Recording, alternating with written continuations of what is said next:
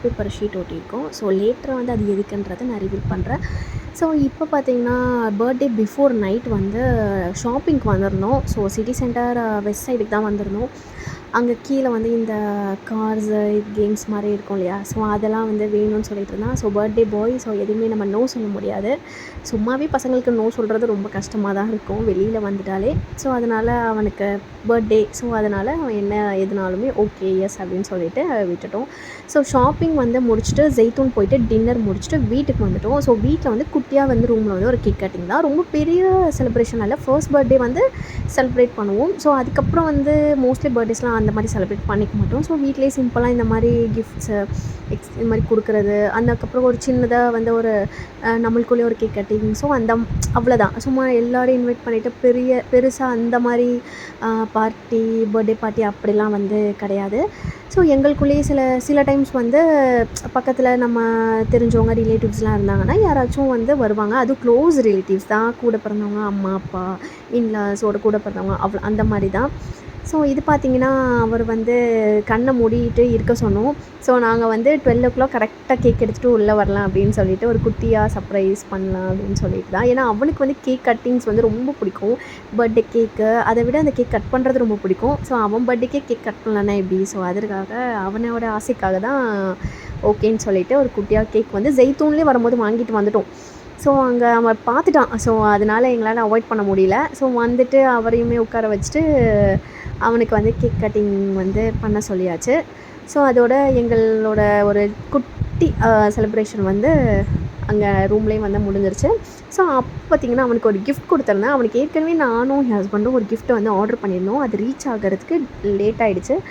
So அதனால் அவனுக்கு வந்து ஃபஸ்ட்டு ஒரு சின்னதாக ஒரு கிஃப்ட் கொடுக்கணும் இல்லையா? ஸோ பர்த்டே அன்றைக்கி எந்த கிஃப்ட்டுமே இல்லைன்னா பசங்களுக்குமே ஒரு மாதிரி இருக்கும். ஸோ அவனுக்கு பிடிச்ச ஒரு கிஃப்ட்டை அவன் வந்து இதை வந்து கேட்டுக்கிட்டே இருந்தான். அவன்கிட்ட எல்லா டாய்ஸும் இருந்தது. இது மட்டும்தான் இல்லை. என்னென்னு பார்க்குறீங்களா? நீங்களே பாருங்கள், கிச்சன் டாய்ஸ் தான். ஸோ என்னன்னு தெரியல, இப்போ உள்ள டோட்லர் பாய்ஸ்லாம் வந்து கிச்சன் டாய்ஸ் மேலே ரொம்ப அப்சஸ்டாக இருக்காங்க. கண்டிப்பாக நீங்களும் டோட்டல் பாய் வச்சுருக்கீங்கன்னா கமெண்ட் செக்ஷனில் சொல்லுங்கள். ஸோ இந்த காரு, ஸ்டேஷ்னரிஸ் இந்த மாதிரிலாம் என் ஹஸ்பண்ட் கொஞ்சம் கொஞ்சமாக குட்டி குட்டியாக கிஃப்ட்ஸாக வாங்கி அன்றைக்கி கொடுத்துருந்தாங்க. ஏன்னா அவனோட மெயினான கிஃப்ட் வந்து வர லேட் ஆகிடுச்சு. ஸோ என்ன பண்ணுறதுன்னு தெரியல. ஸோ இந்த மாதிரி அவனை குட்டி குட்டியாக சர்ப்ரைஸ் பண்ணிகிட்டு இருந்தோம்.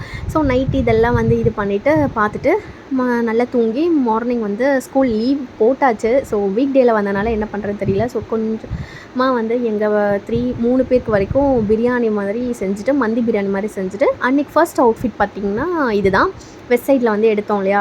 ஸோ ஒரு சம்மர் அவுட்ஃபிட் மாதிரி எடுத்துகிட்டு அன்றைக்கி திருப்பி பார்த்திங்கன்னா பிஜிபி ப்ளே கிங்டம் வந்து அவனை கூட்டிகிட்டே போகலை.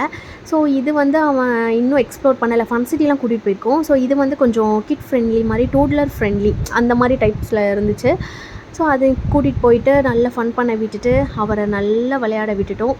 ஸோ அவனை ஆசை தீர அவர் வந்து 1 hours 2 hours 3 hours கிட்ட அந்த ஃபன் சிட்டிலே இருந்து விளையாடியாச்சு. ஸோ அதுக்கப்புறம் எனக்கும் என் ஹஸ்பண்டுக்கும் ஒரு குட்டியான ஒரு மீட் டைம் தான் இது.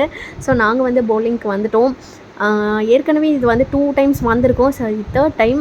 ஸோ பார்த்திங்கன்னா எனக்கு வந்து கொஞ்சம் ஸ்லிப் ஆகிட்டே இருந்துச்சு. ஸ்டார்டிங் வந்து என் டேபிளில் பார்த்திங்கனாலே தெரியும், பிங்க் வந்து தான் என்னோடய நேமு. ஸோ என் ஹஸ்பண்டுக்கு நல்லா போட்டுகிட்டே இருந்தாங்க. ஃபஸ்ட்டு ஒரு 5 sets வந்து சுத்தமாக எனக்கு வந்து போகவே இல்லை. அதுக்கப்புறம் பார்த்திங்கன்னா ஒரு 5 to 6 setsக்கு அப்புறம் வந்து எனக்கு வந்து நல்ல கோல் போக ஆரம்பிச்சிருச்சு. அப்புறம் என் ஹஸ்பண்டுக்கு வந்து அவங்க ரொம்ப ஸ்பீடாகவே போட்டுட்டு இருந்தனால அது வந்து என்னன்னு தெரியல, அந்த சைடாகவே போயிட்டே இருந்துச்சு. அதுக்கு வந்து அந்த இடத்துல ஸ்லோவாக போகணும் போல். ஸோ ஸ்பீடாக வந்து போகும்போது டக்குன்னு வந்து மாறி சைடாக போயிடுது. ஸோ என் ஹஸ்பண்ட் வந்து என்னை கிண்டல் பண்ணிகிட்டே இருந்தாங்க. ஸோ நீ வந்து தெரிஞ்சு வச்சுட்டு கரெக்டாக வந்து ஸ்ட்ராட்டஜியாக யூஸ் பண்ணி பண்ணுற அப்படின்னு சொல்லிட்டு இருந்தாங்க. நான் அந்த மாதிரிலாம் இல்லை. நான் வந்து சும்மா அப்படி போட்டு விட்டேன். அது வந்து ஸ்ட்ரைட்டாக போச்சு. ஏன்னா எனக்கு அதுக்கு மேலே வந்து ஃபாஸ்ட்டாக போட முடியல. என்னோடய ஃபிங்கர்ஸ் வந்து அதில் ஃபிட் ஆகலை. ஸோ அதனால் நாங்கள் வந்து மாற்றி மாற்றி போட்டுட்ருந்தோம். ஸோ அந்த ஒரு 1 hour வந்து எங்களுக்கு இந்த மாதிரி தான் போச்சு. லேட் நைட் ஆகிடுச்சு. நாங்கள் தான் அந்த இடத்துல இருந்து லாஸ்ட்டு பர்சன்ஸ் நினைக்கிறேன் வெளியில் போனது. ஸோ எல்லாமே காலி ஆகிடுச்சு. அந்த ப்ளே கிங்டமே வந்து காலி ஆகிடுச்சு. எல்லாருமே போயிட்டாங்க. ஸோ அவ்வளோதாங்க. எங்களோட இந்த பர்த்டே பார்த்திங்கன்னா, எப்போவுமே வந்து மற்றவங்களுக்கு பர்த்டேனா நம்ம வந்து நல்லா வந்து செலிப்ரேட் பண்ணுவோம், கூட இருக்கிற நம்மளுமே.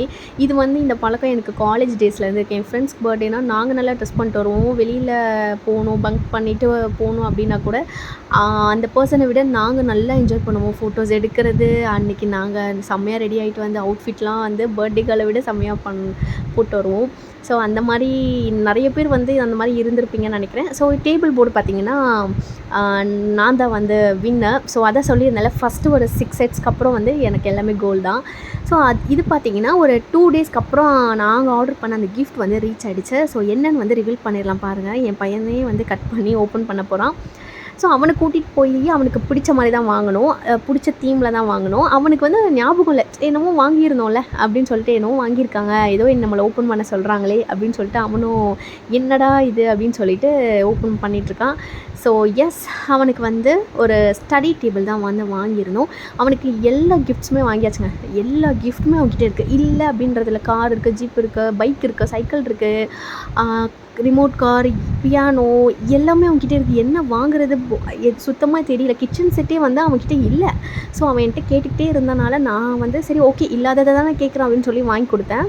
சரி யூஸ்ஃபுல்லாக இருக்கணும் அவனுக்கு கண்டிப்பாக அப்படின்னு சொல்லிட்டு தான் இந்த ஸ்டடி டேபிள் வந்து நானும் என் ஹஸ்பண்டும் சூஸ் பண்ணி ஓகே இதை நம்ம வாங்கி கொடுக்கலாம் அப்படின்னு சொல்லிட்டு ஆர்டர் பண்ணோம். ஸோ இது வந்து வந்தோடனே அவனுக்கு பெருசாக ஒரு இது இல்லை, ஏன்னா அதை வச்சு விளையாடலாம் முடியாது இல்லையா. ஸோ அதனால அது மேலே அவனுக்கு என்னடா இது இப்படி இருக்கே அப்படின்னு சொல்லிட்டு இப்போ எக்ஸாம்ஸ்னால செம்மையாக யூஸ்ஃபுல்லாக இருந்துச்சு. அவன் நல்லா அதில் உட்காந்து இப்போது கலர் பண்ணுறது, பெயிண்ட் பண்ணுறது எல்லாமே வந்து அவனுக்கு ஏற்ற மாதிரி, அவன் ஹைட்டு அதுக்கேற்ற மாதிரி அது இருந்துச்சு. நம்ம ஹைட் வேணும்னா கூட நம்ம ஒரு 7 to 8 இயர்ஸ் வரைக்கும் இதை நம்ம ஹைட்டை அதிகப்படுத்தி யூஸ் பண்ணிக்கலாம். ஸோ இது ஹாலில் தான் ஃபஸ்ட்டு வச்சுருந்தேன், இது செட் ஆகாதுப்பா அப்படின்னு சொல்லிட்டு ரூமில் வச்சேன். இப்போ ரீசெண்டாக எடுத்த பிக் தான் இது, பார்த்திங்கன்னா பெயிண்ட் பண்ணிகிட்ருக்கான். ஸோ எஸ், அவ்வளோதான் இந்த vlog முடியுது. இந்த வீடியோ பிடிச்சிருந்தா மறக்காமல் லைக் பண்ணுங்கள், ஷேர் பண்ணுங்கள், மறக்காமல் சேனலுக்கு சப்ஸ்கிரைப் பண்ணுங்கள். See you on next video. Until then, take care. Bye bye.